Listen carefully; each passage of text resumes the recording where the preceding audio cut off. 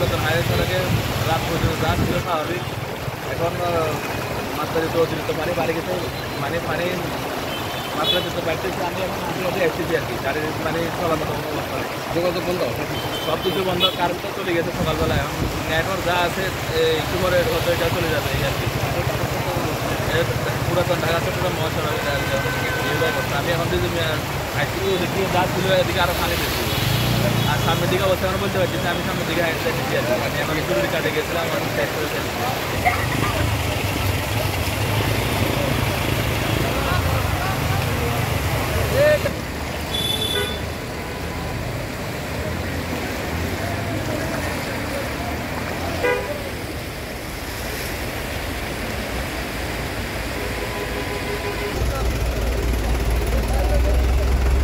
আমাদের এখানে সামলাই উপজেলা 4 নং ওয়ার্ড মিয়া তালতলি গতকাল থেকে উজানের পানি নেমে আমাদের এখানে বন্যা প্লাবিত হচ্ছে।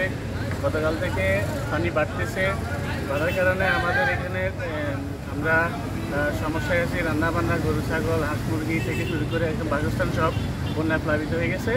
আমরা এখন কেউ কেউ হয়তো ফেনীর দিকে বা ফেনীর বাইরে ঢাকায় চলে যাচ্ছে, উঁচু জায়গায় চলে যাচ্ছে। এখন যারা এখানে আসে তারা খুব কষ্টে আছে। এখন সাহায্য সহযোগিতা দরকার, এবং ভবিষ্যতে যে আমাদের বাঁধগুলো আছে, বাঁধগুলো স্ট্রংলি বাঁধার দরকার আছে, এই আমরা কামনা করি। বন্যা কবলিত এলাকা, আমাদের মাছের প্রজেক্ট, মাছ সবসময় প্রত্যেক বছর এভাবে পানি এসে, ভারতীয় পানি উপর থেকে এসে আমাদের সব কিছু তলিয়ে নিয়ে যায়। এখন এদিক দিয়ে আবার বাঁধও ভাঙে, আমরা অনেক ক্ষতিগ্রস্ত, আমরা অনেক কষ্টে আছি।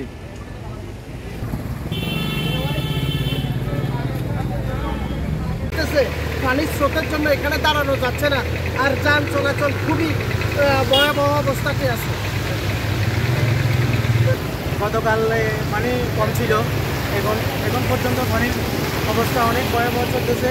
পানির তাপমাত্রা অনেক বেড়ে গেছে। গতকাল পর্যন্ত আমাদের মাঝে এই যে কারণ ছিল, বিদ্যুৎ ছিল, আজকে সকাল থেকে আমাদের বিদ্যুৎ থেকে আমরা চিন্তিত হলাম। এখন বিদ্যুৎ নাই, এই মুহূর্তে আমরা দাঁড়িয়ে আছি পানির উপরে।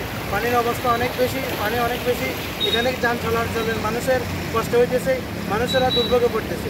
তাই আমরা সকলেই চেষ্টা করছি কীভাবে আমরা এই যে একটা নিরাপদ স্থানে যাওয়া যায়, এই জন্য সকলকে আমরা বলে দিতেছি।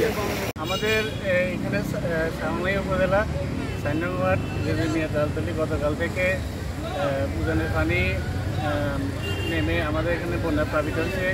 গতকাল থেকে পানি বাড়তেছে, বাড়ার কারণে আমাদের এখানে আমরা সমস্যায় আছি। রান্নাবান্না, গরু ছাগল, হাঁস মুরগি থেকে শুরু করে একদম বাসস্থান সব বন্যায় প্লাবিত হয়ে গেছে। আমরা এখন কেউ কেউ হয়তো ফেনীর দিকে বা ফেনীর বাইরে ঢাকায় চলে যাচ্ছে, উঁচু জায়গায় চলে যাচ্ছে।